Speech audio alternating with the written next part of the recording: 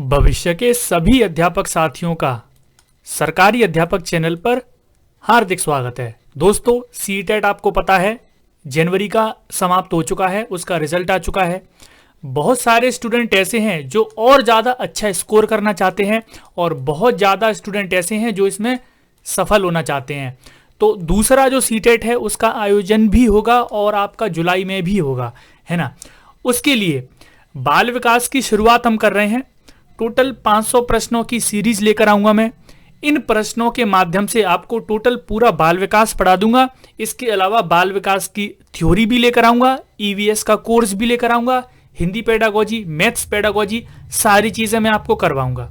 बस आपका रिस्पॉन्स हर वीडियो पर बेहतरीन होना चाहिए। पूरी तैयारी आपको फ्री में यूट्यूब पर ऐसी करवा दूंगा मैं कि यूट्यूब के इतिहास में भी किसी ने पूरी तैयारी इस तरह की अपने पेड कोर्स में भी नहीं कराई होगी। ठीक है, तो आपको सपोर्ट करना है। और आज हम शुरुआत करने वाले हैं, है ना, बाल विकास की शुरुआत करने वाले हैं। कम प्रश्नों से लेकर चलेंगे और वही प्रश्न लेकर आऊंगा मैं आपके लिए जिस तरह के प्रश्न पेपर में आते हैं। सरल प्रश्न मैं आपको नहीं करवाऊंगा, ना ही इतने ज्यादा कठिन प्रश्न मैं आपको करवाऊंगा कि अपनी होशियारी दिखाने के लिए आपको कठिन प्रश्न करवाए जाएं।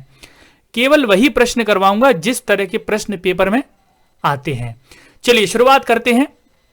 और जो स्टूडेंट सरकारी अध्यापक चैनल पर नए हैं, चैनल को सब्सक्राइब कर लें, बेल आइकन को ऑल पर सेट कर लें। जिसने अभी तक टेलीग्राम ज्वाइन नहीं किया है वो हमारा टेलीग्राम ज्वाइन कर ले, क्योंकि वीडियोस की नोटिफिकेशन और आपके एग्जाम से जो भी न्यूज होती है, न्यूज़पेपर की कटिंग वगैरह हम वहां पर डाल देते हैं। जिसको सीटेट के नोट्स चाहिए तो हमारा व्हाट्सएप नंबर है, बहुत कम पैसों में और बेहतरीन क्वालिटी के नोट्स प्रोवाइड कराते हैं।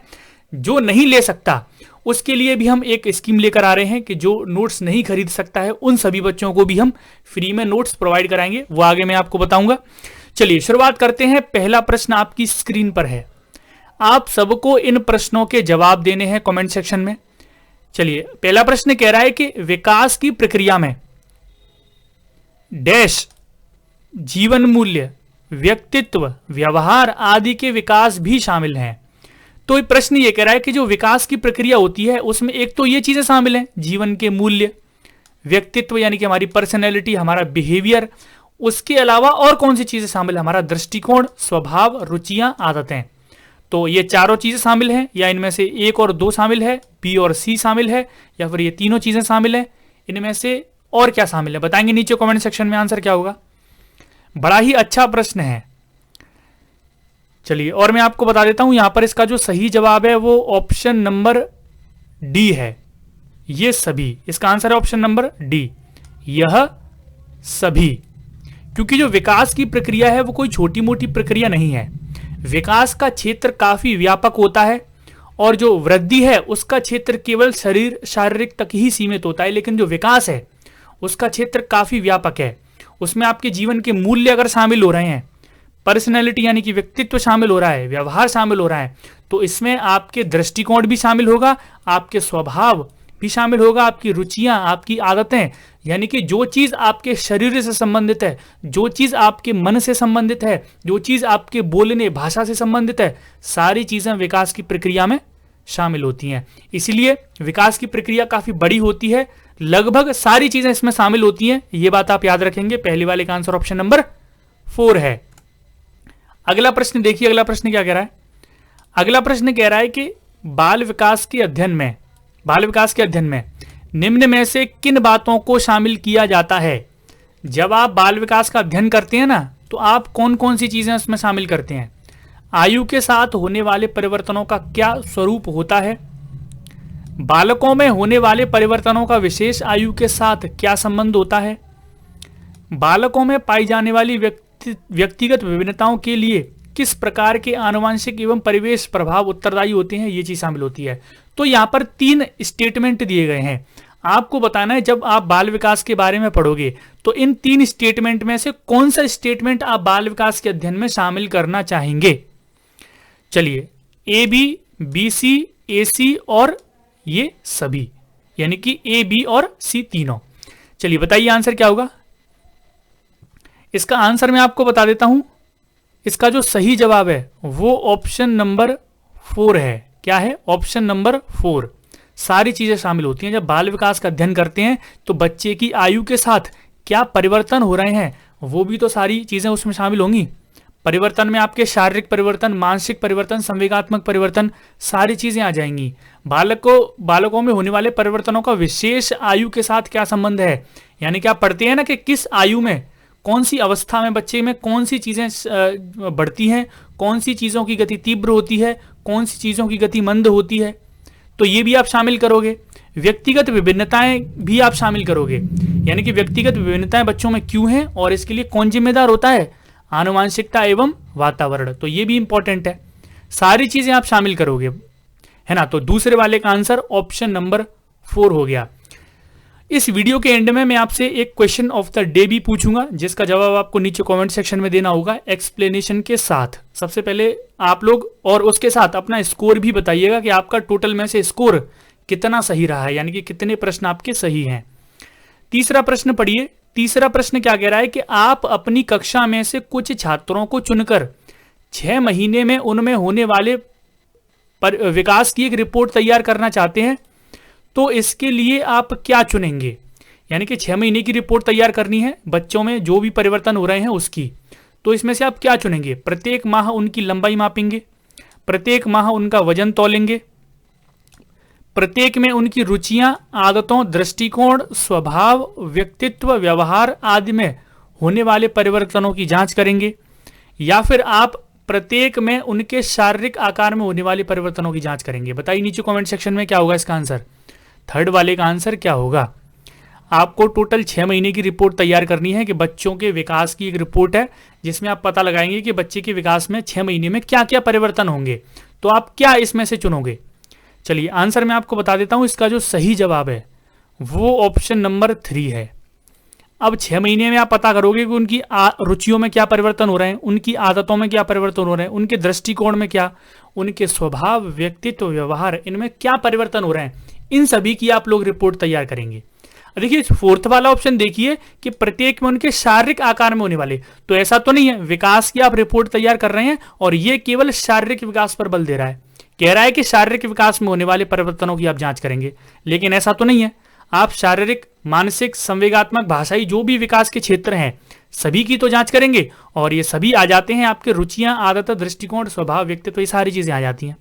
तो थर्ड वाले का आंसर ऑप्शन नंबर 3 होगा। अगला प्रश्न कह रहा है कि निम्न में से कौन सा कथन सत्य है। आपको सही कथन चुनना है। दृष्टिकोण, भावनाएं और आदर्श संज्ञानात्मक विकास के अभिन्न हिस्से हैं, और भाषा विकास मानसिक चित्र, अवधारणाओं व तार्किकता से इसका गहरा संबंध है। दूसरा ऑप्शन कह रहा है सभी बच्चों का स्वास्थ्य, शारीरिक विकास सभी प्रकार के विकास की पहली शर्त नहीं है। मानसिक और भाषाई विकास सामाजिक विकास एवं अधिगम को अप्रत्यक्ष रूप से प्रभावित करते हैं। बालकों के संतुलित विकास में उनके संवेगात्मक विकास की नहीं बल्कि शारीरिक विकास की अहम भूमिका होती है। चलिए आंसर मैं आपको बता देता हूं।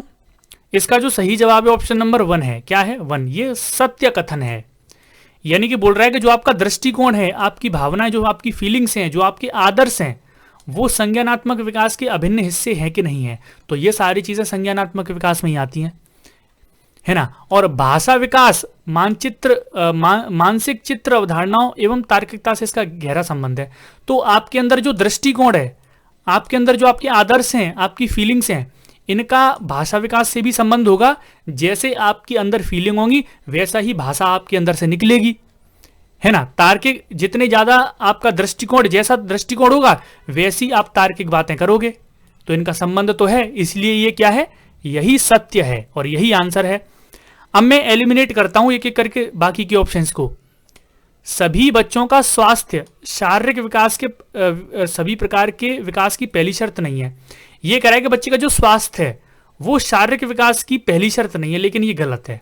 शारीरिक विकास सभी प्रकार के विकास की पहली शर्त होती है। अगर बच्चे का शारीरिक विकास प्रभावित हुआ तो उसका मानसिक विकास भी प्रभावित होगा, उसका संवेगात्मक विकास भी प्रभावित होगा, उसका भाषाई विकास भी प्रभावित होगा। तो सबसे पहली ही शर्त है बच्चे का स्वास्थ्य और शारीरिक विकास। इसलिए ये गलत है, क्योंकि कह रहा है शर्त नहीं है, गलत है। मानसिक और भाषाई विकास सामाजिक विकास एवं अधिगम को अप्रत्यक्ष रूप से प्रभावित करते हैं। तो देखिए, जो बच्चे का मानसिक विकास है और बच्चे का भाषाई विकास है, वो सामाजिक विकास और अधिगम को अप्रत्यक्ष रूप से प्रभावित नहीं करेंगे, वो प्रत्यक्ष रूप से प्रभावित करेंगे। इसमें अ कट जाएगा।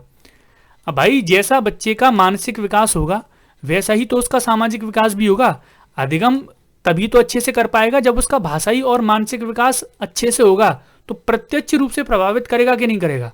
तो प्रत्यक्ष रूप से प्रभावित करेगा, इसलिए ये भी कट गया। बालक के संतुलित विकास में उसके संवेगात्मक विकास की नहीं बल्कि शारीरिक विकास की अहम भूमिका होती है। तो संतुलित विकास का मतलब है सभी प्रकार का संतुलित विकास, यानी कि शारीरिक विकास, मानसिक विकास और भाषाई एवं संवेगात्मक विकास। तो सभी प्रकार का संतुलित विकास चाहिए, तो उसमें संवेगात्मक विकास की नहीं, बोल रहा है कि शारीरिक विकास की अहम भूमिका होती है। शारीरिक विकास की अहम भूमिका नहीं होती है, सभी प्रकार के विकास की अहम भूमिका है अगर आपको संतुलित विकास करना है तो। इसलिए ये भी कट गया। ऑप्शन नंबर 1 इसका सही जवाब है ना। इससे संबंधित कोई डाउट हो तो नीचे कमेंट सेक्शन में आप मुझसे पूछ लीजिएगा। अगला प्रश्न कह रहा है कि किसके परिणाम स्वरूप बालक अपनी निरंतर बदलते हुए वातावरण में ठीक प्रकार समायोजन करने में सक्षम हो पाता है। सर्वाधिक उपयुक्त विकल्प का चयन करें। यानी कि किसकी वजह से जो वातावरण में परिवर्तन हो रहे हैं और बच्चा जो समायोजन करता है, परिवर्तन होने से समाज में जो बच्चा समायोजन कर रहा है, किसकी वजह से कर रहा है? सबसे उपयुक्त आंसर क्या है? चलिए आंसर मैं आपको बता देता हूं। यह आपके ऑप्शन है संज्ञानात्मक विकास, शारीरिक विकास, भाषाई विकास, संवेगात्मक विकास। अब देखिए, वातावरण चेंज हो रहा है और ठीक प्रकार से वो समायोजन कर पा रहा है वातावरण में, ठीक है। तो वातावरण में समायोजन कर पा रहा हो या फिर किसी भी क्षेत्र में समायोजन करना हो, तो ये वो संज्ञानात्मक विकास के तहत करता है। किसके तहत करता है? संज्ञानात्मक विकास उसकी मदद करता है। जैसे आप किसी क्षेत्र में रहते हैं, फिर आपको तुरंत ले जाकर किसी मेट्रो सिटी में डाल दिया जाए, है ना, मेट्रो सिटी में आप रहने लगो, तो वहां पर आपकी कौन सी चीज काम आएगी? आपका संज्ञानात्मक विकास काम आएगा, है ना। शारीरिक विकास भी काम आएगा, भाषाई विकास भी काम आएगा, संवेगात्मक विकास भी काम आएगा, लेकिन संज्ञानात्मक विकास ज्यादा काम आता है क्योंकि फिर आपको बहुत सारी चीजें नई नई सीखनी और समझनी होती हैं। अगर वातावरण चेंज होता है तो आपको नई नई चीजें देखकर सीखनी और समझनी होती हैं, वो आपका संज्ञानात्मक विकास ही करता है। इसलिए 5th वाले का आंसर ऑप्शन नंबर 1 है। मानव का विकास निम्न में से किस पर निर्भर करता है? मानव का जो विकास है वो किस पर निर्भर करेगा? उसकी वृद्धि पर, उसके वातावरण पर, उसकी बुद्धि पर, उसकी वृद्धि एवं वातावरण से मिलने वाली परिपक्वता पर। चलिए बताइए आंसर। चलिए आंसर मैं आपको बता देता हूं। इसका जो सही जवाब है ऑप्शन नंबर 4 है। क्या है? Option number 4।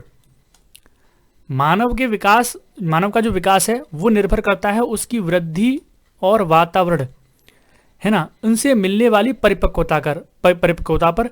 और एक चीज आपने देखी होगी, सीटेट में जो ऑप्शन बड़ा होता है एक तो ज्यादातर वो आंसर होता है, इसके अलावा जो ऑप्शन अपने अंदर बाकी अन्य ऑप्शंस को भी ले लेता है। देखिए ये वाला ऑप्शन है ना, 4th वाला, ये वातावरण को भी ले रहा है अपने अंदर, वृद्धि को भी ले रहा है। तो सारी चीजों को जो ऑप्शन ज्यादातर कवर करता है वही इसका आंसर होगा।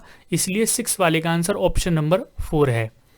और निर्भर भी किस पर करेगा? एक तो वातावरण पर करेगा और वंशानुक्रम पर करेगा। वंशानुक्रम को यहाँ पर वृद्धि बोल दिया गया है ना। और इनसे मिलने वाली परिपक्वता या फिर इनके सम्मिलित होने वाली क्रिया पर ही हमारा विकास निर्भर करता है। चलिए आगे बढ़ते हैं। कौन सी पाठ्यचर्या सर्वाधिक उपयुक्त होगी? कौन सा करिकुलम आपको बताना है कि कौन सा सबसे बेस्ट होगा। बालक की शारीरिक एवं मानसिक विकास के अंतर संबंधों के अनुकूल हो, वो पाठ्यक्रम जो बालक के शारीरिक और मानसिक विकास के अंतर संबंधों के अनुकूल हो वो उपयुक्त होगा, या फिर देश की सभ्यता संस्कृति के अनुकूल हो वो उपयुक्त पाठ्यक्रम होगा। बालक की शारीरिक एवं सामाजिक विकास के अंतर संबंधों के अनुकूल हो, या फिर उपरोक्त में से कोई नहीं। बताइए नीचे कमेंट सेक्शन में आंसर क्या होगा। 7th वाले का आंसर क्या होगा? चलिए आंसर मैं आपको बता देता हूं। पाठ्यक्रम वही सर्वाधिक उपयुक्त होगा जो बच्चे के शारीरिक और मानसिक विकास के अनुकूल हो, है ना। बच्चे के लिए ही तो पाठ्यक्रम बनाया जा रहा है, बच्चे के लिए पाठ्यक्रम बनाया जा रहा है, तो बच्चे के शारीरिक और मानसिक विकास के अनुकूल ही तो होना चाहिए, है ना। 7th वाले का आंसर ऑप्शन नंबर 1 है। चलिए अगला देखिए, निम्न में से कौन सा विकास छोटे बच्चों में मानसिक एवं संज्ञानात्मक विकास में सर्वाधिक मददगार होता है? ऐसा कौन सा विकास है बच्ची में जो मानसिक और संज्ञानात्मक विकास में सर्वाधिक मदद करता है? सामाजिक विकास, शारीरिक विकास, संवेगात्मक विकास, भाषाई विकास। चलिए आंसर मैं आपको बता देता हूं। इसका जो सही जवाब है वो ऑप्शन नंबर 2 है। क्या है? ऑप्शन नंबर 2, शारीरिक विकास। मैंने आपको बताया था ना अभी, शारीरिक विकास सभी प्रकार के विकासों की पहली शर्त होता है। सबसे पहले शारीरिक विकास इंपॉर्टेंट है। अगर ये प्रभावित हो गया तो ये सबको प्रभावित कर देगा, संज्ञानात्मक को भी कर देगा, मानसिक को भी कर देगा, भाषाई विकास को भी कर देगा, है ना। इसलिए इंपॉर्टेंट क्या है? शारीरिक विकास। और यही मदद करता है बच्चे के हर प्रकार के विकास में। जैसे आपने देखा होगा, स्वस्थ शरीर मतलब स्वस्थ जितना बच्चा होगा, बाकी उसका संज्ञानात्मक और मानसिक विकास भी उतना ही बेहतर होता है। 8 वाले का आंसर ऑप्शन नंबर बी है, यानी कि 2। अगला देखिए, जब किशोर में किसी वस्तु, समस्या या परिस्थिति के लिए निजी स्तर पर निर्णय लेने की क्षमता का विकास परिपक्व होने लगता है, तो इस विकास को क्या कहते हैं? किसी समस्या के प्रति, किसी परिस्थिति के प्रति वो नियंत्रण पा रहा है, निजी स्तर पर नियंत्रण पाता जा रहा है, यानी कि उसको पता लग गया है क्या समस्या है, कैसे सॉल्व करनी है, कौन सी परिस्थितियों में क्या उसको करना है। ये सारी चीजें किसको कहते हैं? भाषाई विकास को कहते हैं, संज्ञानात्मक विकास को कहते हैं, सामाजिक विकास को कहते हैं, या फिर मनोगत्यात्मक विकास को कहते हैं? चलिए बताइए कमेंट सेक्शन में। चलिए आंसर मैं आपको बता देता हूं। इसका जो सही जवाब है ऑप्शन नंबर 2 है। ये संज्ञानात्मक विकास से संबंधित होती हैं चीजें, ठीक है। जो समस्या समझनी है, कोई भी परिस्थिति अनुकूल है, प्रतिकूल है, सारी चीजें समझना किसके अंदर होता है? संज्ञान, यानी कि मस्तिष्क के अंदर, है ना। ये सारी एक्टिविटीज हमारे संज्ञान में ही चलती हैं, तो संज्ञानात्मक विकास से संबंधित ही है ये। चलिए लास्ट प्रश्न आपका क्वेश्चन ऑफ द डे है, जिसका जवाब आपको कमेंट सेक्शन में देना है और सब लोग अपना जवाब देंगे। इसके अलावा आप लोग बताएंगे सभी कि 9 में से कितने प्रश्न आपके सही हैं टोटल, ठीक है। टोटल स्कोर भी बताएंगे। इसका जो जवाब है वो मैं कल वाली वीडियो में, यानी कि इससे जो नेक्स्ट वीडियो आएगी उसमें दूंगा। बालक का संवेगात्मक विकास निम्न में से किसे प्रभावित करता है? बालक का जो संवेगात्मक विकास है वो किसे प्रभावित करेगा? उसके शारीरिक विकास को, उसके सामाजिक विकास को, उसके नैतिक विकास को? बताइए। ये आपके ऑप्शन है, केवल बी, ए, सी, बी, सी या फिर ये सभी। तो इसका जवाब आपको देना है कमेंट सेक्शन में। ये क्वेश्चन ऑफ द डे है आपके लिए। तो दोस्तों सीटेट जुलाई 2021 की तैयारी हमने शुरू कर दी है। बाल विकास से इसकी तैयारी शुरू की गई है और जैसा आपका रिस्पॉन्स रहा, पूरी तैयारी करेंगे हम, एकदम अच्छे ढंग से करेंगे। पूरा कोर्स मैं आपको यहाँ पर करवा दूंगा, है ना। और इस बार मैं आपको भी 100+ का स्कोर रखेंगे, ठीक है। 100+ सबके दिलवाऊंगा मैं, ठीक है। चलिए, तो ये आपका सीटेट की पहली वीडियो थी। उम्मीद करता हूँ ये वीडियो आपको ज़रूर पसंद आई होगी। इसको लाइक, शेयर और चैनल को सब्सक्राइब आप जरूर करेंगे।